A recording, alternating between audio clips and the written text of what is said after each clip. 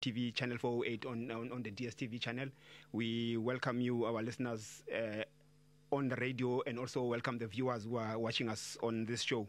On tonight's show, we're speaking to the chairperson, which is the House Chairperson, actually, the House Chairperson of the in the National Council of Provinces, which is Mr. Jomo Nyambi, who's going to speak to us about the work of the committees of the National Council of Provinces. Good evening, sir. Good evening, and good evening to the listeners and viewers at home. How are you today? No, I'm great. Yes. We're going to speak briefly about your work as the House Chairperson for Committees, Oversight and Intergovernmental Relations in the National Council of Provinces. Briefly tell us what does that mean, basically? House Chairperson, Committees, Oversight and Intergovernmental Relations.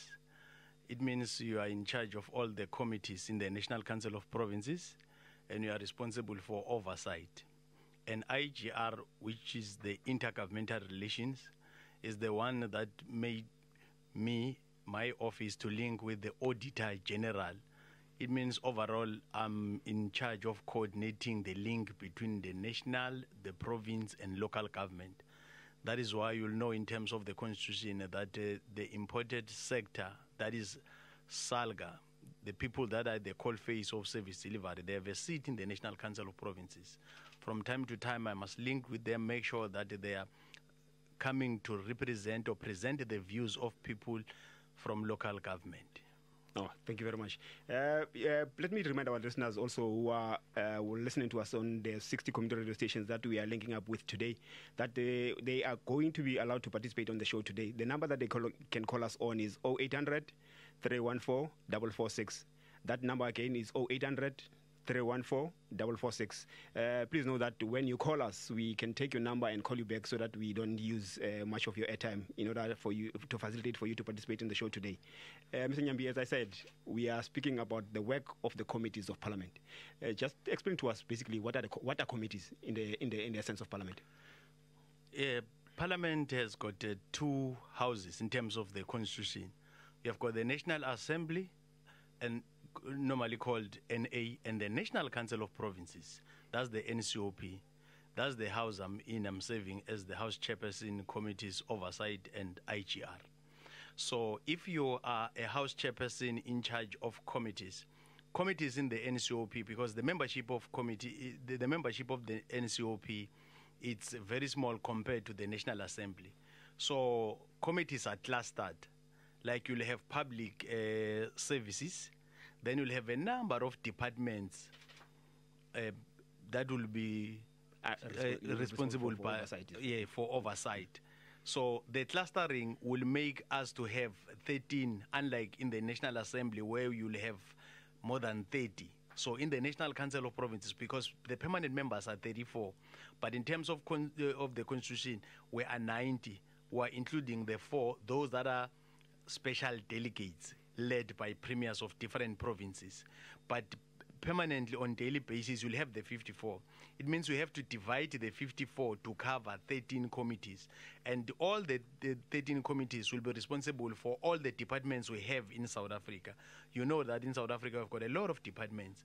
So that is a lot of work for committees. So from time to time, if committees must go and do oversight, or they are preparing their plans, so they'll bring their submission to the office, and the office will look at what they are trying to address. Is it in line with their plan? Is it in line with what we have planned, we have agreed as a parliament? Like now, we started looking at what was done, looking at the legacy report of the 4th parliament, and as the 5th parliament, looking at the legacy report of the 4th parliament. There are things that were good and that were clear recommendations coming from the 4th parliament that assisted us. And when we decided to look at how we're going to have our committees, how we're going to improve them, that is why the chairperson memo decided by inviting outside stakeholders, professors and serious academics, to critique us, to look at us as a house and tell us what is their view about the performance of NCOP. And that assisted us. That is why we have changed how we're doing things compared to how things were done by the 4th parliament. Maybe are there some things that stand out that you say the difference from the work of the 4th parliament and the work of the committees in the 5th parliament? No, there are a lot of them. To cite maybe some few examples. In the 4th parliament, you have what we call flagship programs of the NCOP. The flagship programs of the NCOP It's your taking parliament to the people, your local government week, your oversight week, your provincial week.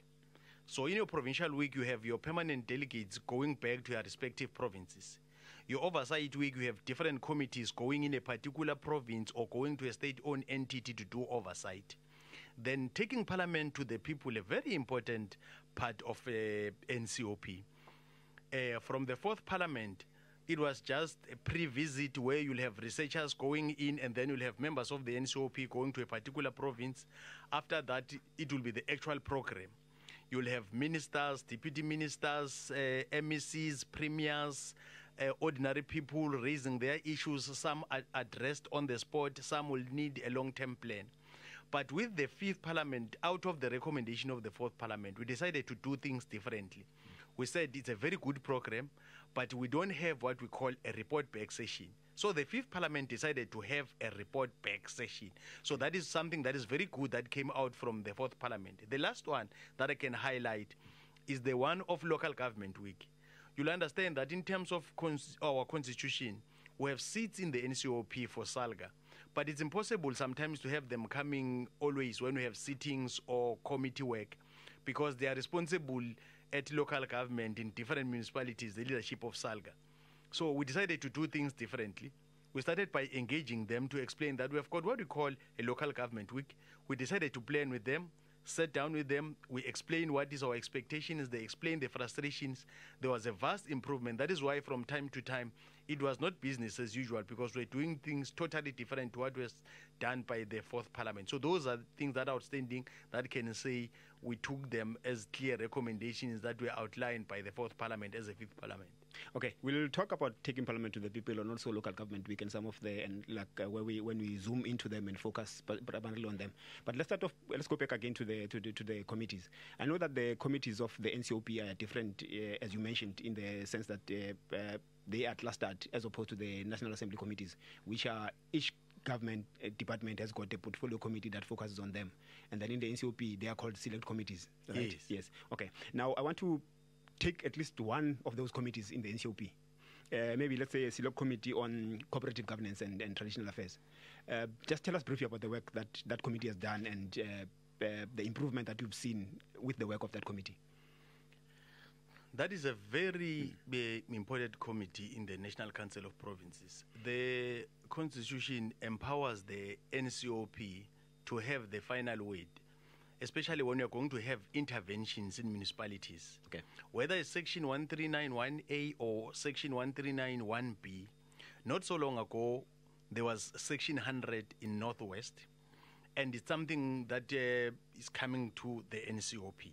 So the select committee that is dealing with COGTA is the one that will go and do their own investigation in a province whenever there is an intervention, whether that intervention is invoked by the minister working with the MEC or is the MEC. Ultimately, a presentation must be done to the NCOP, and then the NCOP select committee will go to that province, engage all relevant stakeholders, and then we'll have our own report get to the House when it's plenary to either agree or not to agree with the intervention. Okay. And whenever there is an intervention in a province, from time to time you'll have to get to that province to assist and make sure that why it was not Section 154 where an MEC or a minister is forced by the Constitution to assist a municipality, because once you go to Section 139, it's a last resort when you say now you are intervening, you are bringing an administrator. So the NCOP Select Committee of COGTA is tasked with that responsibility. But beyond that, you'll have the different MECs in provinces coming to the very same Select Committee, SALGA coming to the very same Select Committee, and including the minister from time to time coming to present a report, annual report, the plans of the committee, what they will be doing, and that is the issue that we'll always look at as House Chairperson in charge of committees. And that is why I'm saying it's a very important committee, because for the House to be able to function effectively and at maximum level, we say committees are an engine of Parliament. What you see at plenary in Parliament is the outcome of what is happening at committee level. Okay. Yes. In terms of maybe the interventions that you're saying the committee recommended. My assumption that the committee works on the work and then it recommends to the House, the NCOP, and then the NCOP decides whether that intervention should be, or how does it work? Does it work that way?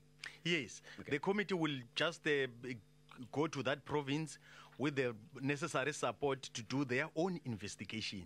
And then they'll come to their own determination as a committee. Okay. And then they'll come to the House. And if they are presenting their report to the House will endorse their decision based on the detailed information that they are presenting to the House to say it is necessary for us as a House to approve the intervention in a particular province. And once they approve an intervention in a province, it doesn't end there. They still have to go back and check what is happening because they have to deal with that.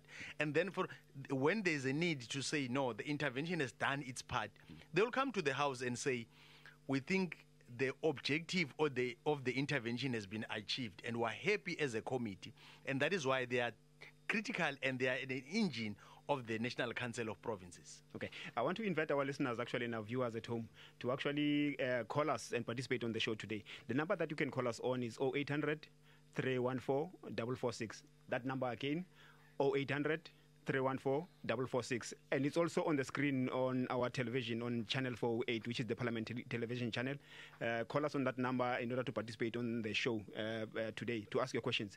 We were speaking about very important issues about these interventions. I want our callers to call us and actually tell us maybe in these municipalities where there were interventions, so that they can tell us whether the NCOP did a good job there or they are happy or not. I think we already have a caller on the line that we can speak to. Let me just check if we can take that caller now. Can we take the caller now, colleagues? Yeah, we can take the caller now. Caller on the line. No, the caller is not ready. Sorry, our caller is not ready. Let's continue with the program. In terms of the interventions, Mr. Nyambi, let me remind our listeners again. Mr. Nyambi is the House Chairperson for the International Council of Provinces, and the portfolio is called Oversight Committees, Oversight and Intergovernmental Relations. Yes, that's the portfolio that you lead in the NCOP. In terms of the work that the COCTA Portfolio Select Committee has done, I want you to highlight maybe a municipality where you actually went to when there was oversight, and what intervention that the committee participated in, and what improvement did it bring to that municipality. Maybe a case in the 5th Parliament which started with your involvement and it was successfully concluded. There are a number of them. In Northwest, we have not less than 5. Is it? In Mpumalanga, 2. In Gauteng, 1. And every time when the committee is going to a province, they will submit the program. We look at the program, that are they inviting all relevant stakeholders, because when they come back to the NCOP, we don't want a party that will assist us in arriving at a particular determination. And what we have realized is that if we do justice as a National Council of Provinces, especially the plenary, and you allow the engine, because the engine of Parliament, when I'm talking about Parliament, I'm referring to both houses, NA and NCOP. Okay. Committees are key, because at committee level, that's where you'll sometimes, when you see people at a committee level, you might not even understand which party a person is representing. You'll see members of Parliament. But when it comes to plenary, that's where you'll see that coming out, because they will agree as a committee to say, this is what we're going to present at the House. And when they are presenting, I've seen, like when we're dealing with Ngakamodiri Molemo, okay, it's assisted us as an NCOP to appreciate the work. And I can share with you some of the things that now getting to Northwest with Section 100. We have municipalities that are under administration. And the very same select committee, even though we happen to have an ad hoc committee, that was working in terms of Section 100. That is working there. Okay. All right. I think we already have a caller on the line. As I said, we are inviting our callers to participate on the show. The number that you can call us on is 0800 314 446. I think we've got a caller called Daniel who's calling us from Atteridgeville. Daniel, are you there? Yeah, yes, I'm here. How are you, my brother? I'm fine, man. What do you want to talk to us about today? Speak to Mr. Nyambi. He's here listening to you. You know what? I want to talk about housing. Yes. Yes, yeah. What about housing? You know what? Since I apply an RDP house 2001, even now I'm still waiting. 2001, I'm still waiting now. When I go to the office, they told me you are on system. 2001. Which municipality is that? Sorry? Which municipality are you in? In Atteridgeville, is it the city of Joburg? No, Atteridgeville, city of Pretoria. City of Tshwane? Yeah, Tshwane. City of Tshwane, okay. Yeah, no, the advice that I can give to my brother. Yes. In all these municipalities, we have what we call constituency offices, where we have members of parliament.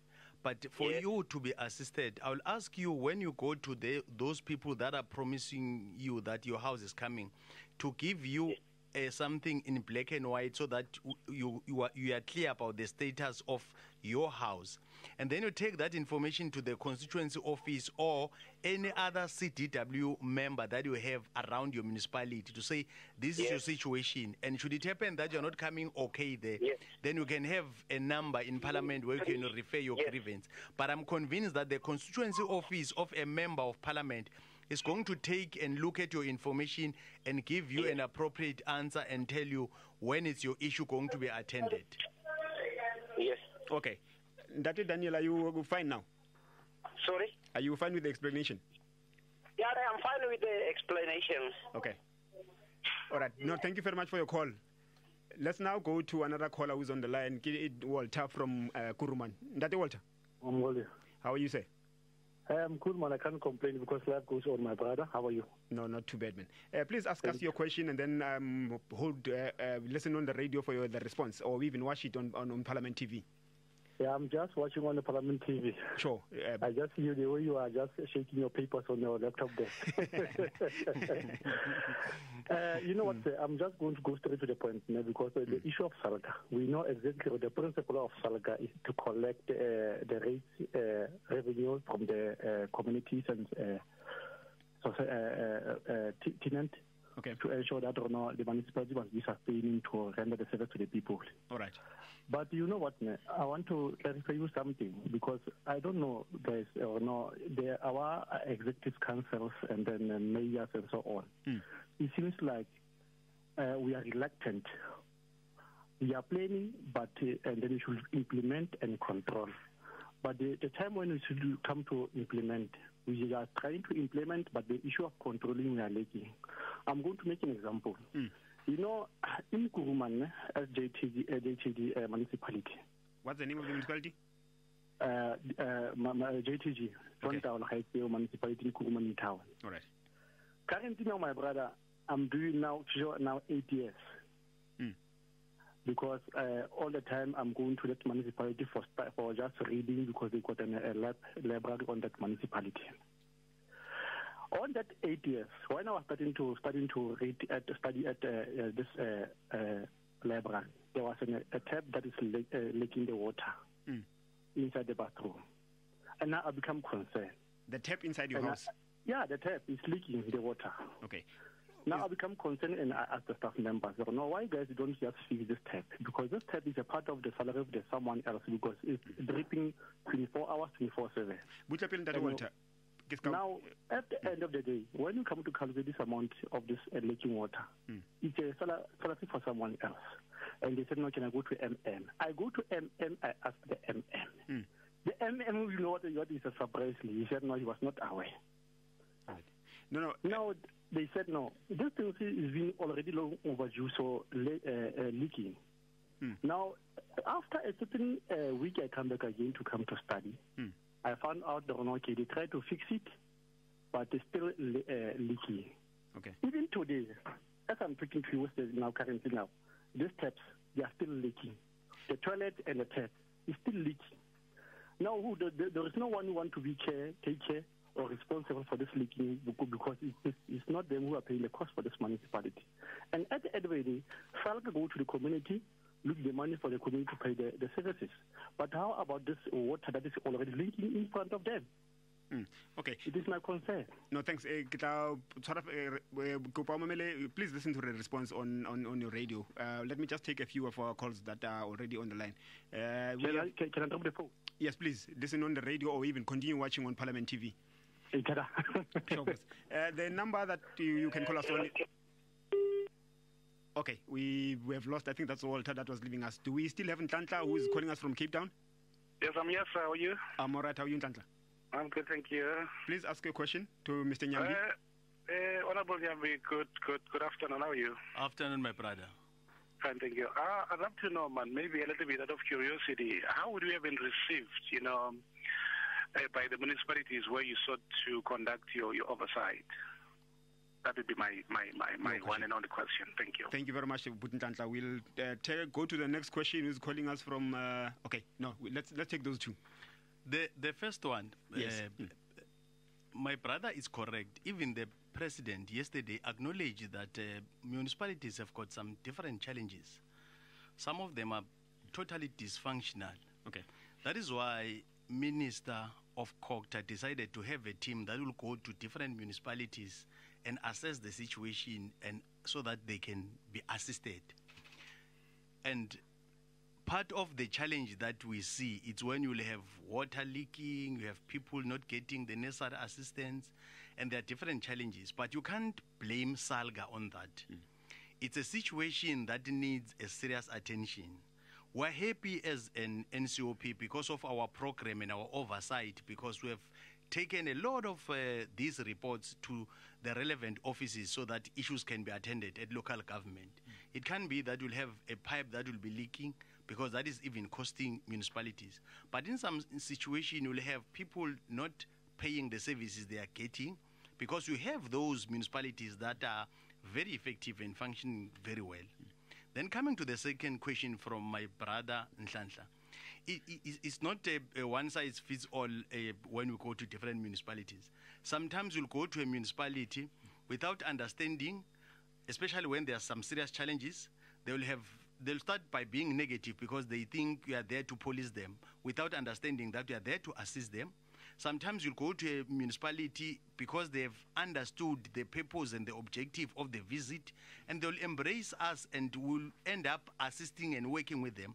Like now when we're in Northwest, like now when we're in Gauteng, Eguruleni, the reception that we received Eguruleni was out of this world, and it made us to realize that instead this formula of us spending much time in Parliament is not working. That is why part of what we are recommending for the 6th Parliament is to spend more time on the ground, less time in Cape Town. Of course, it's important to deal with legislation and all these things. But if we can spend much time on the ground, sometimes some of the issues that are a problem won't be a problem, because we'll be there with the people. Probably we change the formula to say 60-40. 60 on the ground, 40 in Cape Town. Okay. No, thank you very much for those. There's just an issue regarding the question that was asked by Mr. Walter from Nkuruman in terms of the leakage. My assumption is that if there's a leakage inside my yard, it's my responsibility, not the responsibility of the municipality. I thought it's referring to the one that is outside his yard. Okay. Yeah. All right. So he was raising it to the municipality that we have got water. Come fix it. Yes. No, but I just needed to remind our listeners. No, they've got a responsibility. When you have got something in your yard, you have to attend it. It's your responsibility, yes. We've got a lot of committees to talk about. I just need to remind our listeners and viewers who are at home, the number that you can call us on is 0800 314 446. That number again, 0800 314 446. We are still continuing. My name is Mudise, and I'm with Ntate Jomo Nyambi, who is the House Chairperson for Oversight Committees and Intergovernmental Relations in the National Council of Provinces, which is one of the houses of Parliament. If you didn't know, now you know. Parliament has got two houses, the National Assembly and the National Council of Provinces. Ntate Nyambi, let's go to another committee maybe that you've dealt with, especially the one that... Let me talk about the one of finance. Okay. As you know that tomorrow... Maybe before we do that, let's take a caller who's already calling us from... the name is Thabo. Who's calling us from... Thabo, where are you calling us from? Ndade Thabo? Thabo, are you there? Yes, sir. How are you? Not too bad. How are you, my brother? Great man. Where are you calling us from before you go? I wish you can have a series of this program. Very educational indeed. Thank you. But now my question, just a digression from the current topic. Where are you calling us from first? So many people around the country have this perception that corruption has gripped and has managed to find place in all the government departments, in all the institutions, including various three houses. That will be Parliament, Executive, and Judiciary. And we know what happens when the Executive find themselves in conflict with the law. But who takes control when this manifests itself in Parliament? When a member of Parliament is found to have been in conflict and has acted in a corrupt way, who applies this oversight to them? Since they were there, their recommendation or nominated by their various parties, because we see very little that seeks to educate us as South Africans in terms of the action taken by Parliament should a member found himself in conflict with the law. I'll listen to the Rainbow Radio. Thank you very much, Thabo, calling us from Rainbow Radio. And Nyambi, let's take Phumlani from Inanda, who's calling us from, it's Phumlani Zulu, who's calling us from Inanda. Just a whole note to that question. Phumlani, are you there? How are you, sir? I'm all right. How are you, Phumlani? I'm very well. Please ask your question so that we can... My question will be based on local government to Mr. Nyambi. Okay. We have seen a number of municipalities being put under administration. Okay. My question would be, can he attribute that to get a deployment of the ruling party and get a deployment of the ruling party? Can he attribute those dysfunctionality that we have seen in municipality, particularly in local government? Can he attribute that to get a deployment policy used by the ANC? Thank you very much, Phumlani, calling us from Inanda in KZN. Mr. Nyambi, let's take these two questions. The first one is from my brother there, talking about... Thanks. The first question, the one of corruption. Yes. One thing that is uniting us as members of Parliament, irrespective of a political affiliation, all of us are agreeing about fighting corruption. We might be differing in terms of how we want to fight corruption. So we're very clear. That is why we have got different institutions. We have got your public protector. Whenever you see something, whether it's a member of Parliament, you can report to the relevant authorities, irrespective of the office that the person might occupy. So that one, we're clear, all of us. And when it comes to Parliament, we even have, for the first time, we have got the budget office. The budget office is looking at everything that is happening in Parliament. And we've got relevant structures in Parliament, relevant committees. We have got your ethics. If ever there are some declarations or I'm getting monies, I'm not declaring, I'll be subjected to that committee. We have seen that we have had a number of reports, we have had a number of sanctions, especially to members. When it comes to the second issue of challenges of local government, yes. The causes. The causes is different to municipality to municipality. Actually, he said that cadre development. Can you locate it in cadre development? I wouldn't necessarily agree that that is cadre deployment because yes. You have a situation where you have vacancies in key positions. I'll always argue in Parliament that you'll never have a municipality or a department that will function optimally if you don't have a CFO, you have a Hollywood, you have somebody acting, that will have an impact in service delivery. Sometimes we'll appoint wrong people in terms of skills. This issue of cadre deployment, it's an issue that if we can have time and have a special day, deal with it. Of course, if ever we are going to appoint a person not on merit, it's true that we are going to have challenges. But I wouldn't say entirely in all municipalities where there were some interventions, it was an issue of people that were deployed in that municipalities. Sometimes we'll have people in a municipality only to find that they are not equal to the task. But it's not necessarily an issue of cadre deployment. We have somebody that applied, we have the right qualifications, but the person is not equal to the task in terms of the issues in that particular municipality. We have seen that sometimes you have people that will get to a municipality and start fighting others doing things that are not expected to do in a municipality. And in terms of recommendations as the NCOP, we are very clear.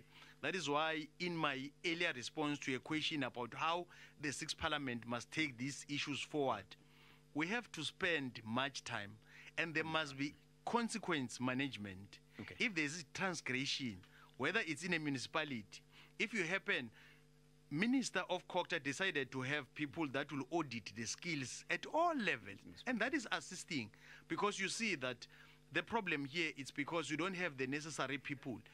Here we have got a challenge, we have got a vacancy rate that is high. What do you expect? You expect people that are acting, they won't assist. You have to have people that will be ready to account because they've been appointed in right positions. Okay. We'll talk briefly later on a little bit about the statistics in terms of the vacancies that exist there. I want us to take our callers now who are on the line. But the number that I can remind our callers and listeners who are, and viewers who are viewing us from Parliament Channel, which is the channel 408 on DSTV. The number you can call us on is 0800 314 446. The number again, 0800 314 446. We'll take your call. We have Zandi, who's calling us from Ekurhuleni. Zandi, are you there? Yes, Zandi, yes. How are you, ma'am? Good, thanks, and you? Not too bad.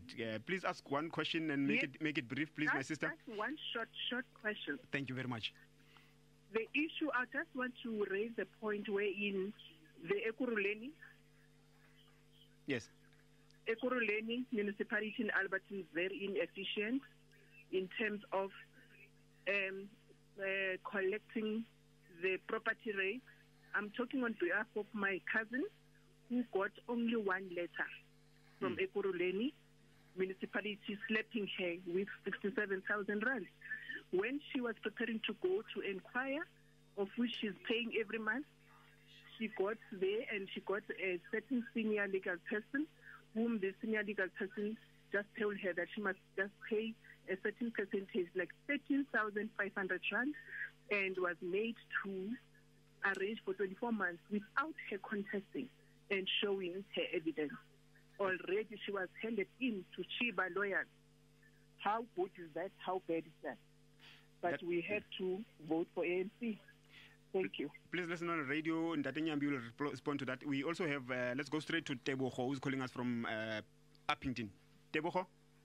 Good evening, Mudisi. Good evening, Mr. Nyambi. Thank you, Good evening, my brother.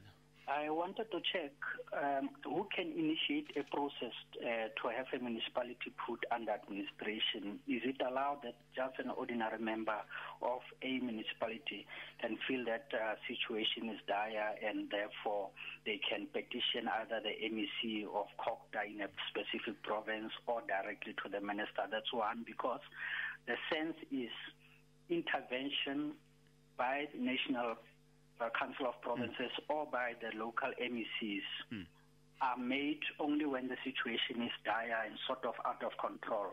So I wanted to check if an ordinary member of a community can feel that, but the municipality is not delivering services, is not delivering according to its mandate, and therefore they can directly initiate a process to have that municipality put under administration.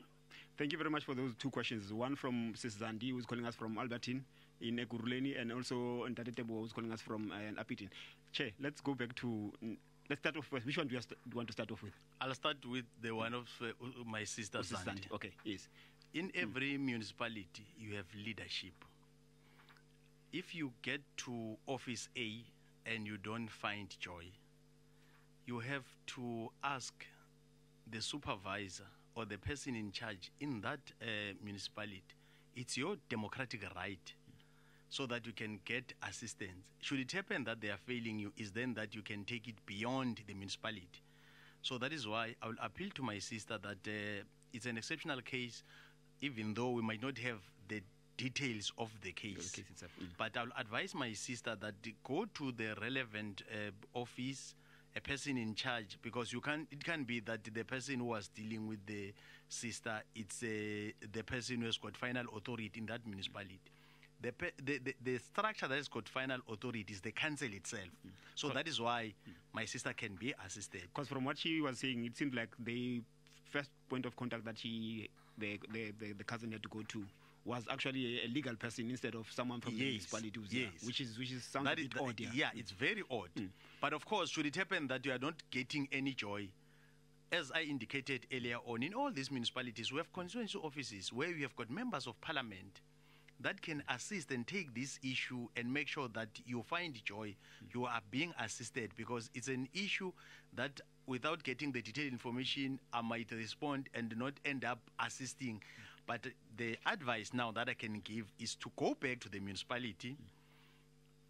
Any official of government, you're supposed to know who's the person. It's a legal person. Tell the legal person to refer you, or ask whosoever is in charge beyond the legal person, so that you can get the assistance. The second one, the process of interventions. Whether you are whosoever in a municipality and you see that the situation is dire, but you don't see joy or getting assistance from that municipality, or MEC or minister getting in to assist. That is why in Parliament we have got a commission, a select committee called petitions. Okay. You can send your petition to the select committee in Parliament, petitioning Parliament that what you want is an intervention in a particular municipality. Okay. Once that letter is directed to the chairperson of the National Council of Provinces, the chairperson will refer the letter to the right committee, and then they will send a team to do investigation to see whether what you are raising is an issue that needs an intervention, or it can be attended without an intervention. So we are empowered in terms of your right and constitution in South Africa. It's not an issue that you can wait for Nyambi, who's an MEC, to institute investigation, or you can wait for an MEC. If there are some challenges as a citizen of this country, you are empowered in terms of your constitution to direct your petition to the house that you are in, so that you can be assisted. Okay. There's nothing wrong with it. It's a legal thing. Actually, that's what we expect. This is the parliament of the people. Without the people, there's no parliament. All right. I think before the end of the show, I'll try and find a number for the Select Committee. Actually, I do have the number now. The Select Committee on Petition and Executive Undertakings. Yes. They've got a secretary of that committee who is Nkanyiso Mkhize, Mr. Nkanyiso Mkhize. Yes. And he's contactable on nmkhize@parliament.gov.za, or the number that you can reach him on is 021 403 8071. Mr. Nkanyiso Mkhize, who's the secretary for that secretary for the Select Committee on Petitions and Executive Undertakings. That number again is 021 403. What am I reading now? 021 403 8086. That's the number again. 021 403 8086. And the email address that you can find him on is nmkhize@parliament.gov.za. That is where if you need to submit a petition to Parliament, you just need to use that number and you'll be sorted out. Chair, let's take, we've got Desmond who's calling us from Kimberley. Desmond. Hello. Brother Zuhanet. I'm good, sir. Thank you. Actually, I'm in Kimberley, but I'm from Olifantshoek. What I want to ask, sir, is a very simple one. Please ask your simple question and, yeah. Hello? Please ask your simple question quickly. Yes. We have a water issue in Olifantshoek. Water issue. I'm working at the surrounding mines. Those mines have permanently water, 24/7. But the community in Olifantshoek, they don't have water for the past 6 months. That water come and go, but most of the time, that people had to go far and fetch water. There's no truck that deliver water for 6 months now. The last one is we have a hospital that was fully operational. It was closed. I don't know how. I don't know for what. But our people is dying and had to travel from Olifantshoek to Kuruman, either to Postmansberg or to Uppington, which is very far. So our people is dying there. They are not getting any services. We have the mayor who is from Hamahara municipality, Edwin Antise, who is responsible. He's staying in Olifantshoek. But those people are doing nothing. Our people are dying there. So if you can assist, please. Thank you very much, Desmond. Let's go quickly to Sis Nobulali, who's calling us from Etinaha. Hello. Sis Nobulali. Hello, Budunjani. Siphilile kunjani sis wami? Budi wami into endifuna uyibuza mna kwezi zindlu zindala zazekhiwe ngaxesha lakudala le-apartheid ziyawa zinee-cracks singancedakala phi apho Etinaha ungaphangeli ungekho apho uthatha khona? Okay, sis wami ndiyabulela ngombuzo wakho nzawuthi ubaba uNyambi awuphendule. Okay, enkosi. Enkosi kakhulu. To our listeners again, the number that you can call us on, like Osis Nobulali and Desmond, who's calling us from Kimberley. The number is 0800 314 446. That number again, 0800 314 446. Mr. Nyambi, those two questions. The first one, we've agreed it's no longer an issue of a debate that water, it's life, sanitation, it's dignity. It can be that we can have our people not getting water and the people responsible are not telling the people what will be the arrangement. Like, of course, we're aware of situations where people don't have water. Sometimes we'll have water tanks that will come and assist the people. Sometimes we'll have notices informing people that we have this challenge for this period, probably will be assisted at this time. So it's a case that we will assist and refer it to the relevant authorities so that they check what is the situation, because from the information that our brother has provided, it's a clear indication that it's an issue that is happening for the past few months. It means in the past they were getting water. What is the current arrangement until the situation is sorted? Okay. So it's an issue that as members of parliament we have agreed that for the dignity of the people to be restored, the issue of water is an issue that we can't subject it to a discussion. But of course, we're aware about different challenges. That is why the Fifth Parliament decided to have a special department dedicated to water, because of understanding the impact and the challenges, because we still have people. He might not be the only one. There are some different situations. But what I know is that the different arrangement in an area when they are struggling to get water, you'll have a water tank that will be providing water to those people. Is that a desirable thing? The answer will be definite no. We're looking to a situation where all these people will have an equal way of getting water in our democratic, beloved country called South Africa. And we can't be celebrating that if we have people still having that challenge. Yeah, the issue of the house. Sure. I wouldn't know if my private house has got a challenge, because what is coming from my sister, when government has allocated you a house and they've built you a house, well, I will understand and have a clear answer if they allocate you a house that has got some defects. But it's a house that you have, probably it's an issue of maintenance. After many years, then there are some challenges. Of course, if your situation is dire such that you can't be able to assist yourself, in all municipalities in South Africa, there's no region that you can get to and not get a social worker. It can be a case-by-case situation. A social worker will assess a situation. South Africa has made provision to assist our people that are struggling. That is why we have got child support grant, people that are being looked after, they don't have parents. There's something that is coming from the social department, and we have people that have nobody to assist them. It's a dire situation. Sometimes an issue of them getting right documents and being referred to right offices so that you can have a social worker looking at the case and making sure that they are being assisted. But of course, the problem sometimes we have those that are trying to abuse the system and taking advantage of a situation, only to find that an able-bodied man that can be able to do 1, 2, 3, deciding that I want to be a case of government, and that's a different arrangement altogether. But in this one, I will appeal that have CDW go to a local council, they will look at the case, because when we started, I said, the challenges that are facing local government are totally different. They are the cold face of service delivery. Sometimes we still in Cape Town theorize about the challenges that they're experiencing, but they are dealing with them on a daily basis. We've got a lot of people actually who want to talk to you about a lot of issues that are coming up. We've got Ubasi who's calling us from Rustenburg. Basi, are you there? Yes, I'm here. How are you, my brother? I'm good, and you? Not too bad. Please ask your question and make it one and make it quickly. We've got other callers who are lining up. Okay, no problem. Thank you. Look, my question is simple, but it may be a little bit awkward. I just want to the municipality, the gentleman in the studio, just to draw the line for me where does the municipality jurisdiction end? Because when you've got a sewage problem in your yard, they will say that they can help you because it's your responsibility. You have to deal with that. But when you touch the meter box in your own house, they tell you that that is not your jurisdiction. You should not go as far as that. So I want to understand that because I'm asking this. Sorry that I'm taking a little bit too long.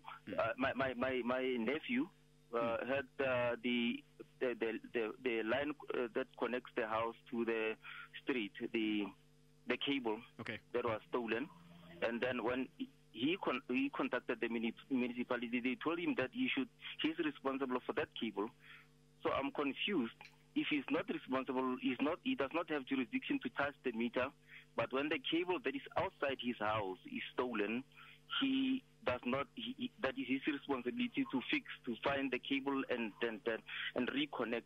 So I'm just curious because it looks like there are double standards here. Is this an electricity cable?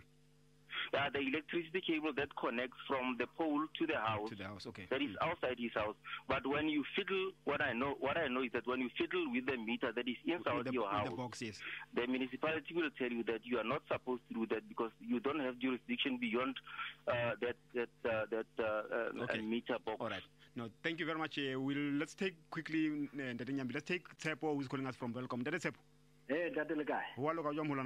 Re teng tlhomphe ke nna Tshepo ke founa ke le mona Welcome ntse ke mametse radio mona jole ke batla go tseba na le metsotswana ntate wa kopa o botse potso ka pele beng potso e lengwe fela re na le sebaka se o thweng ke masimong mona na Welcome ka tla sa Machabi ha e sa le re na le mathata bakeng sa dilemo tse fetang tse 5 ya o tse tshelela 6 to about 5-6 years mo leng gore ha re kgone o patala o thusa gore re patala ditshebeletso re kgone o sebeletswa mehlaena re dila re tshepiswa gore re khutle ka morana go itseng jole re na le mathata obane ha re kgone o patala ditshebeletso ka lebaka la bone masipala ha o re nkele hlo na re ka kgona re fumantse thuso ka tsela eo ditshebeletso le di fumana tsona ntate ditshebeletso a re di fumane ha re kgone ha ona letho le re thuswang ka lona matlakala re ntshetsa ona ebile ba ai ba iketseditse di-committee tse leng hore ba ntsha matlakala ba cleaner sebaka sena alright jwale ke bothata bo leng hore re shebane le bona that time from ka thusa ka shebane le bothata bono ka mona ka Machabeng Welcome. Alright, thank you. And Mr. Nyambi, what basically that Tsepo is asking is that in Welcome they've got a place called Masimung. They've got issues with services in that area. They want some kind of assistance in terms of because they are not getting the services that they require from the municipality, and now as a result of that, people are not paying for those services. Before you take these two questions, let's take also Rita, who's calling us from Next Plate quickly. Rita, hello. Rita from Nelspruit, are you there? Okay, it seems like the caller from Nelspruit is not ready to talk to us. Let's take these two questions quickly. The one of the meter, it will be, well, I know as a matter of fact that they wouldn't allow a person to fiddle with the meter. But what is strange, it's when the cable theft and then they say the person must pay. I don't think that will be right. I think there's a problem somewhere. But I think he said that they might have been tampering by the child or niece or something like that. From which is one of the reasons I think the municipality might have. But But what is the process in terms of that? Is it if there's a problem, the municipality has to come in? Where does it come in? Basically, that's what he was trying to find out. The logistics in terms of actually the requirements. Where does the municipality's responsibility starts, and where does his starts and end the municipality, and where does his the very interesting part is that it's so unfortunate that I couldn't engage the brother, but the brother was was trying to justify why he must fiddle with the meter, because they are not allowing him to deal with they want him to deal with the issue of the cable. So that is why I will say there's nothing wrong with what they're saying about the meter. You just put the coupon that you bought for your electricity, but there's no way that you'll be allowed, you'll be forced to touch the box because you'll end up converting that thing and not paying for your electricity. We've seen that that's the cry that we're getting from ISCOM, and we have got a lot of people owing ISCOM. is the case in South Africa. A lot of municipalities are owing ESCOM. It's because of part of the challenge is because of that arrangement that is being explained. But the one of losing a cable, I think it's an issue that will need special attention so that people can be assisted. But you can't be penalized when criminals are fiddling with the cable that is coming outside my yard, and then they are making it my responsibility. I think there's something wrong with that arrangement. Then the last one, part of what we have agreed right from SONA and our plan, we've embraced this reality that the challenge of South Africa, it's poverty, it's inequality, it's unemployment. As long as that thing is not addressed, that is why now we're making sure that we want citizens of South Africa that will be active, that will make sure that they take their future with their own hands and make sure that they participate in whatever that is happening. If ever a councillor is calling a meeting and there are some challenges or there are some issues and there are no issues, you have to go there so that you raise the challenges that you experience.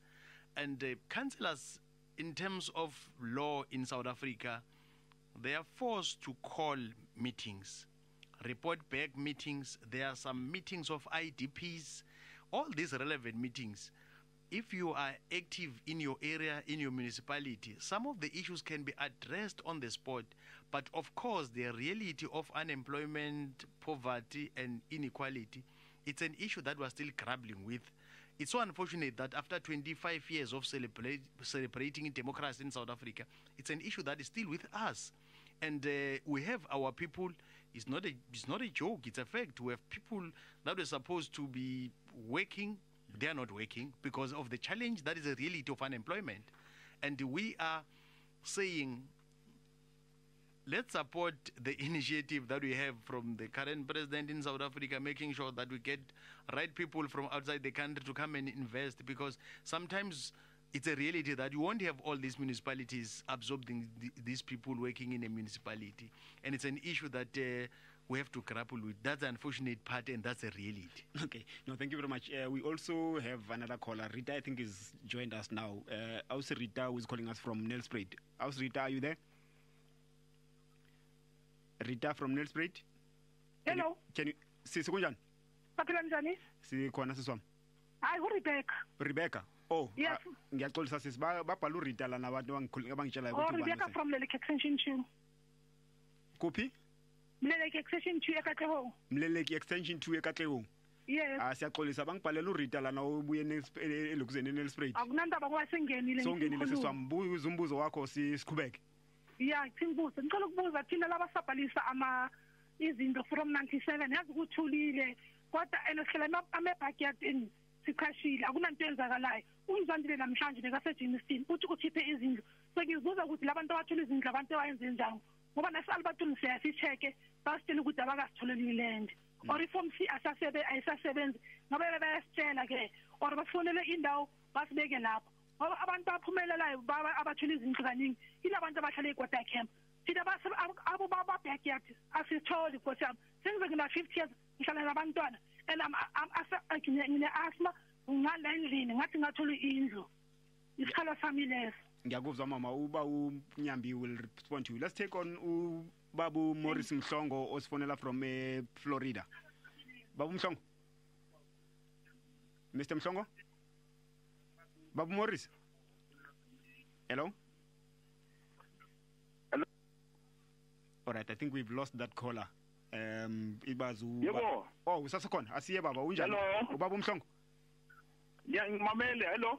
Yebo, ngiyakuzwa. Can you hear me? Yes, I can hear you. All right, please ask your question quickly. Yebo. Please ask your question quickly. We don't have a lot of time. Yes, I can hear you. Please ask your question. Okay, simple. Again, bingelele lapho Okay, no, that's fine. Morris Mhlongo lona ngihlala ngilapho. Yes, the question is straightforward. I can hardly hear you there. No, I can hear you. Go on, ask your question. Don't worry about me. Okay, the question it's gonna be related to Eka Langbuya Kona Block C. Okay. Yes, I'm trying to ask the question there. In fact, Babu Morris, you are taking time not asking your question. Please ask your question quickly so that we can give you a reply. Yo. There's a what you call? Is there an echo? Okay, I think let's abandon that call. Let's take quickly Nkululeko, who's calling us from Mesbukeng, as our last caller for today. Nkululeko? Hello? Kunjani Nkululeko? Yes, khona. Ngicela ubuza umbuzo wakho quickly baba, sinaye isikhathi eside. Just quickly. Mina ngifuna ngisesibukeni hle ngicela ukubuza bhuti wami sine problem la ngihlale eBikhetho Squatter Camp. All right. Sine problem la kune project esimsicala 2016. Even now bathi mega project this project but we only got like 72 houses my brother. And uPrimus was the last time Ministry Uhuru from Women Settlement.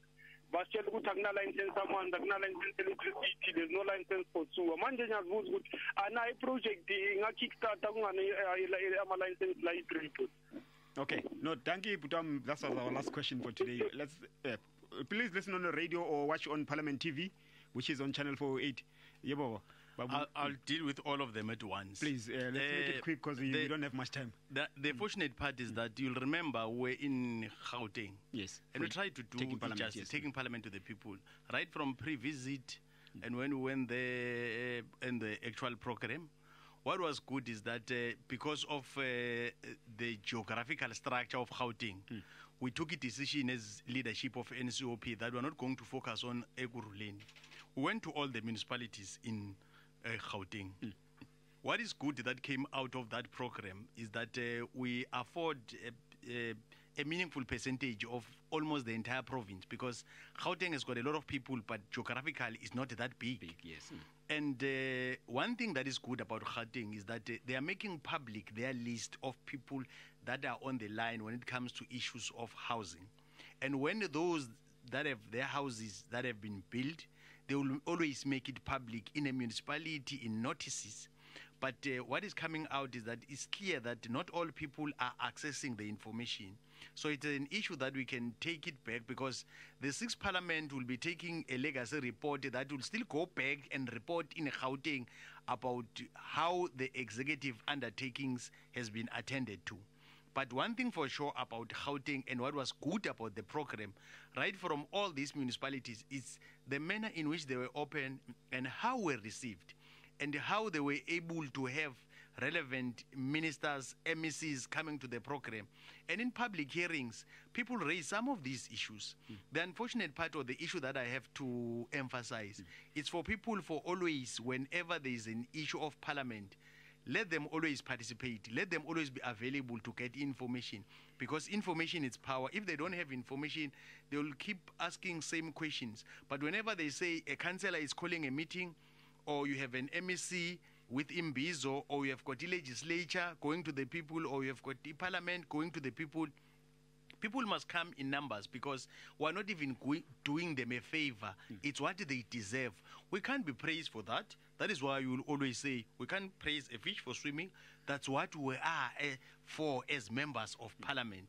And the expectation is for the people, when we're there, to use that opportunity to get as much as they can information, so that they're able to assist us to take this country forward. No, Mr. Nyambi, thank you very much. There was still a lot that we needed to talk about. That was the chairperson, House Chairperson for Committees, Oversight and Intergovernmental Relations in the National Council of Provinces, Mr. Jomo Nyambi, who was with us today. My name is Mudise Kabedi, and we have come to the end of the show today, and you can see we've got a lot of callers who wanted to talk to us. There's going to be more of these shows coming up, informing you about the work of Parliament. We thank you very much for participating in the show today. We thank our listeners who are listening to us on the 60 community radio stations that are broadcasting this show. We also thank our viewers who viewed us on Parliament TV and also on our YouTube channel, which is Parliament of RSA. Thank you very much and good evening. Thank you. Thank you.